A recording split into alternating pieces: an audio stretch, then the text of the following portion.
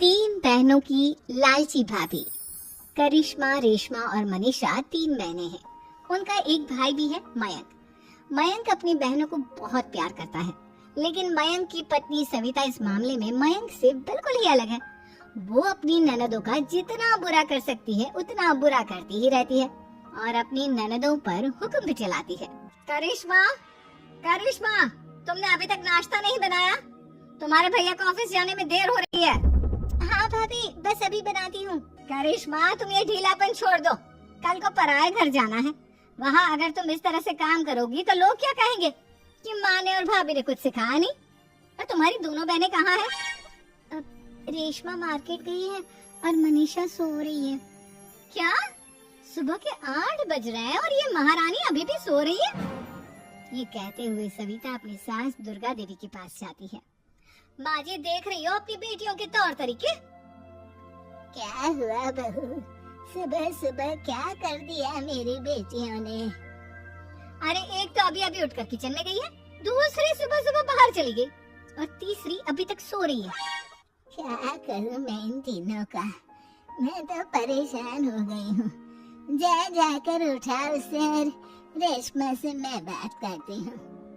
सविता सीधा मनीषा के कमरे में जाती है और उससे कहती है, महारानी जल्दी उठो, सूरज सर पर आ गया है। भाभी थोड़ी देर और सोने दो ना, मैं रात को लेट सोई थी। वो क्या ना यूनिट टेस्ट चल रहे हैं। शराफत से उठती है या नहीं, या फिर पानी की भरी बाल्टी डालूं तेरे ऊपर? नहीं नहीं भाभी, मुझे बिस्तर में नहीं नहाना, उठती हूँ मैं। मनीषा जल्दी से उठकर बाथरूम में चली जाती है। सभी आराम से बैठकर नाश्ता कर रहे होते कि तभी रेशमा बाजार से हाथ में सामान लिए आ जाती है। रेशमा को देखते ही सविता उस पर बरस पड़ती है। लो, आ गई महारानी। ऐसा भी क्या सामान लाना था जो सुबह आंख मलते ही बाजार की तरफ रवाना हो गई? भाभी, कल आप ही तो चीख रही थी कि घर का सारा सामान मुझे ही लाना पड़ता है, घर में किसी को भी किसी काम से कोई लेना देना नहीं है। अब मैं बाजार जाकर सामान ले आई तो आपको इस बात से भी तकलीफ हो रही है? देख रही हो माँ जी, अपनी बेटी की जुबान कैंची से भी तेज चलती है। और मयंक, आप तो कुछ कहेंगे नहीं अपनी लाडली बहन को? रेशमा, अपनी भाभी से ऐसे बात नहीं करते। चलो माफी मांगो। भैया, मैं क्यों माफी मांगू? आप भाभी से बोलिए ना कि हम पर कम हुक्म चलाया करें। हम इस घर की बेटियां हैं और आपकी पत्नी की ननद है, नौकरानी नहीं। लो कर लो बात। इनकी भलाई के लिए कुछ भी बोलो तो इन्हें बुरा लग जाता है। इस घर में यही इज्जत है मेरी। देख लो माँ जी, आपकी बेटी किस लहजे में मुझसे बात कर रही है। सविता वहाँ से चली जाती है। मयंक को बहुत गुस्सा आता है, वो भी वहाँ से चला जाता है। फिर करिश्मा रेशमा को समझाती है, रेशमा, तुम्हें भाभी से माफी मांग लेनी चाहिए थी ना। लेकिन दीदी, मैंने कुछ किया ही नहीं, तो मैं माफी क्यों मांगू?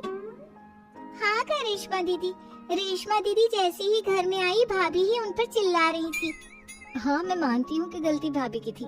मैं तो इसलिए बोल रही हूँ कि भाभी ने माँ को तो पूरी तरह अपने वश में कर लिया है। वो हमारी बात सुनती ही नहीं।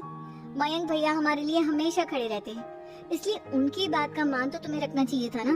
कोई फायदा नहीं दीदी, कुछ दिनों की बात और है, भाभी उन्हें भी हमारे खिलाफ भड़का देंगी। फिर वो भी माँ की तरह हमारी किसी बात का विश्वास नहीं करेंगे। इसी तरह सविता अपनी तीनों ननदों को किसी न किसी बात पर परेशान करती रहती थी। एक दिन मयंक अपनी तीनों बहनों के लिए गिफ्ट लाया। क्या रेशमा, ये तुम्हारे लिए हार का सेट। रेशमा, तुम्हारे लिए सुंदर सी ड्रेस। और मनीषा, तुम्हें किताबें पसंद है ना, तुम्हारे लिए किताबें लाया हूँ। थैंक यू भैया। थैंक यू भैया। थैंक यू भैया। करिश्मा, तुम्हारा नेकलेस कितना सुंदर है, ये भैया कहाँ से ले आए होंगे? मैंने भैया को 3 दिन पहले फोन पर ये डिजाइन दिखाया था और आज भैया ये ले आए। सविता तो अपनी ननदों के गिफ्ट्स देखकर जल गई और करिश्मा का नेकलेस तो उसे भी बहुत पसंद आया था। अपनी बहनों के लिए कितना अच्छा नेकलेस लेकर आए हैं, मुझे कभी कोई गिफ्ट नहीं दिया। मैं आज ही ये हार चुरा लूंगी। रात में सविता करिश्मा का हार चुरा लेती है और इसी तरह उसे अपनी ननदों की जो भी चीज अच्छी लगती वो उसे मांगती नहीं, बल्कि रात के अंधेरे में चुरा लेती। इसी तरह दिन बीतते गए और सविता ने मयंक के दिल में भी उसकी बहनों के लिए नफरत पैदा कर दी। एक दिन मयंक ने करिश्मा और रेशमा के लिए रिश्ता देखा और ये बात उसने घर में सबको बताई। माँ, करिश्मा और रेशमा के लिए बहुत अच्छा रिश्ता आया है, वो लोग कल इन्हें देखने आ रहे हैं। आप और सविता मिलकर सारी तैयारी कर लेना। ये सुनकर करिश्मा और रेशमा खुश हो जाती हैं, लेकिन सविता सोचती है, अगर इन दोनों बहनों की शादी हो गई तो घर और बाहर का काम कौन करेगा? मनीषा तो एक नंबर की कामचोर है, उससे तो किसी बात की उम्मीद लगाना ही बेकार है। मुझे इस शादी को रोकना होगा। अगले दिन सभी लड़के वालों के स्वागत की तैयारी करने में लगे होते हैं। तभी मयंक अपनी बहनों से आकर कहता है, तैयार हो गई तुम दोनों? देखो दोनों लड़के बहुत अच्छे हैं, मैं कोई कसर नहीं छोड़ना चाहता, इसलिए तुम उनके सामने अच्छे से बिहेव करना और अपनी भाभी से लड़ने मत लग जाना। करिश्मा, तुम वो नेकलेस पहन लो ना जो मैं तुम्हारे लिए लाया था। भैया मैं बहुत देर से वो नेकलेस ढूंढ रही हूँ, लेकिन मुझे मिल ही नहीं रहा। क्या तुमने नेकलेस खो दिया? तुम्हें पता भी है वो कितना महंगा था? तुम कोई काम ढंग से नहीं कर सकती। मयंक गुस्से में वहाँ से चला जाता है।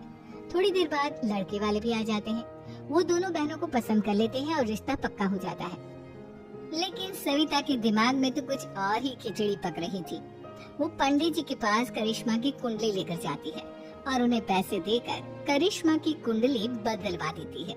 जब लड़के वालों के पास करिश्मा की कुंडली जाती है तो वो दुर्गा को फोन करते हैं। बहन जी, हमने करिश्मा की कुंडली अपने पंडित जी को दिखाई थी। आपकी बेटी की कुंडली नहीं बल्कि दोषों का पिटारा है। देखिए, मैं और मेरे पति इन सब बातों में बहुत विश्वास करते हैं, इसलिए हम आपकी बेटी से अपने बेटे की शादी नहीं करा सकते। इस तरह करिश्मा का रिश्ता टूट जाता है और सभी घर वालों को बहुत दुख होता है। अब कविता सोचती है, चलो करिश्मा का तो रिश्ता टूट गया, अब रेशमा का भी रिश्ता तोड़ना है। क्या करूं? अब सविता आवाज बदलकर किसी अननोन नंबर से रेशमा की होने वाले ससुराल में फोन करती है। हेलो, मैं कौन हूँ कौन नहीं ये आपके लिए जानना जरूरी नहीं, बस इतना सुन लो कि रेशमा का 2 साल से किसी के साथ अफेयर चल रहा है। बस रेशमा का रिश्ता तोड़वाने के लिए सविता का इतना कहना काफी था। अब रेशमा का भी रिश्ता टूट गया। मयंक और दुर्गा देवी ने रेशमा को खूब खरी खोटी सुनाई और उससे बार बार उस लड़के के बारे में पूछने लगे। आप दोनों मुझे क्यों परेशान कर रहे हो? अरे कोई लड़का होगा मेरी लाइफ में तो मैं बताऊंगी ना, जब कोई है ही नहीं तो कहाँ से लाऊं मैं कोई लड़का? तो तेरे होने वाले ससुराल वालों को फोन किसने किया था? माँ, मैं नहीं जानती किसने फोन किया था, मैं सच कह रही हूँ। मैं तो पहले ही कह रही थी इसकी लगाम खींच कर रखो, लेकिन मेरी सुनता ही कौन है? आप चुप रहिए भाभी, ये सब आपका ही किया धरा है। अब तीनों बहनों को विश्वास हो जाता है कि ये सब उनकी भाभी ही कर रही है। तीनों बहनें अपनी भाभी को सबक सिखाने के लिए एक वकील कर लेती है और घर में हिस्सा मांगना। देखो भैया, माँ बाप की जायदाद में जितना बेटों का हक होता है उतना ही बेटियों का, इसलिए इस घर के 4 हिस्से होंगे और हमें अपना हिस्सा चाहिए। मैंने तुम्हारे लिए क्या क्या नहीं किया और तुम इस घर में हिस्सा मांग रही हो? भैया, आप और माँ हम बहनों की कोई बात नहीं सुनते हो और भाभी हमारी शादी नहीं होने देगी क्योंकि उन्हें लगता है कि आप हमारी शादी में ज्यादा पैसा लगाओगे और उन्हें हम जैसी फ्री की नौकरानी कहाँ मिलेगी। तो हम भाभी के साथ तो रह नहीं सकते, हम बहनों को अपना हिस्सा चाहिए। अरे तुम्हें शर्म आनी चाहिए अपनी भाभी पर ऐसा इल्जाम लगाते हुए, वो तुम्हारे बारे में कितना सोचती है। हाँ माँ, भाभी हमारे बारे में बहुत सोचती है, दिन रात बस यही सोचती रहती है कि किस तरह से अपनी तीनों ननदों को परेशान करूं और कभी मुझे पढ़ने भी नहीं देती। दोनों बहनों का रिश्ता भी तो इन्होंने ही तोड़वाया है और रात में हमारे कमरे में आकर हमारी चीजें भी चुराती है। इसी तरह सविता की तीनों ननदें अपनी बात पर अड़ी रही। अब कोर्ट में तारीख भी शुरू हो गई। जब सविता को लगा कि उसकी तीनों ननद इतनी आसानी से नहीं मानने वाली, तो उसने अपने पति और सास को सारी सच्चाई बता दी और अपनी तीनों ननद से माफी मांगी। मयंक और दुर्गा को भी अपनी गलती का एहसास हो गया। अब सविता खुद करिश्मा और रेशमा के लिए अच्छा रिश्ता ढूंढती है और उनकी शादी करवाती है।